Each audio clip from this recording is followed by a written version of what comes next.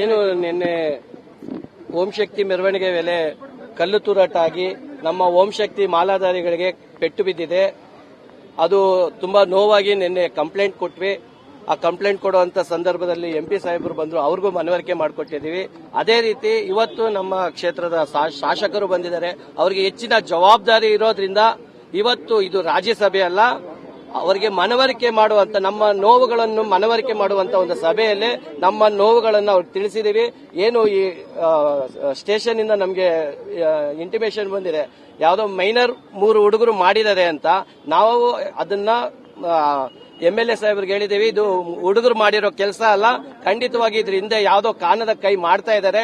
ಉದ್ದೇಶಪೂರ್ವಕವಾಗಿ ನಾವು ಶ್ರೀರಾಮ್ ಸೇನೆಯಲ್ಲಿ ಇರೋದ್ರಿಂದ ನಮ್ಮನ್ನ ಯಾವುದೋ ರೀತಿ ತೇಜೋವಧೆ ಮಾಡಬೇಕು, ರಾಜ್ಯ ಮಟ್ಟದಲ್ಲಿ ಓಂ ಶಕ್ತಿ ಅತಿ ಹೆಚ್ಚು ಬೆಳೀತಾ ಇರೋ ಉದ್ದೇಶದಿಂದ ಅದನ್ನ ಮಟ್ಟ ಹಾಕಬೇಕು ಅನ್ನೋ ಉದ್ದೇಶದಿಂದ ಯಾವುದೋ ಕಾನದ ಕೈ ಮಾಡ್ತಾ ಇದ್ದಾರೆ. ದಯವಿಟ್ಟು ಇದು ಕುಲಂಕುಷವಾಗಿ ತನಿಖೆ ಮಾಡಿ ಇದರ ಒಂದು ನ್ಯಾಯ ನಮ್ಗೆ ಸಿಗಬೇಕು ಅನ್ನೋದು ಇವತ್ತು ಮಾನ್ಯ DCP ಮತ್ತೆ MLA ಸಾಹೇಬರಿಗೆ ಮನವರಿಕೆ ಮಾಡಿಕೊಟ್ಟಿದ್ದೀವಿ. ನಮ್ಗೆ ನಾವು ಅದೇ ಹೇಳ್ತಾ ಇಲ್ವಾ, ನಾವು ಶ್ರೀರಾಮ್ ಸೇನೆ ಅನ್ನೋದ್ರಿಂದ ನಮ್ಮ ಮೇಲೆ ಏನಾದ್ರೂ ಕೆಟ್ಟ ಮಸಿ ಬಳಿಬೇಕು ಅನ್ನೋ ಉದ್ದೇಶದಿಂದ ಯಾರಾದ್ರೂ ಮಾಡಿದಾರ ಏನೋ ಗೊತ್ತಿಲ್ಲ. ಅದು ತನಿಖೆ ಮೂಲಕ ಗೊತ್ತಾಗಬೇಕಾಗಿದೆ ಸರ್.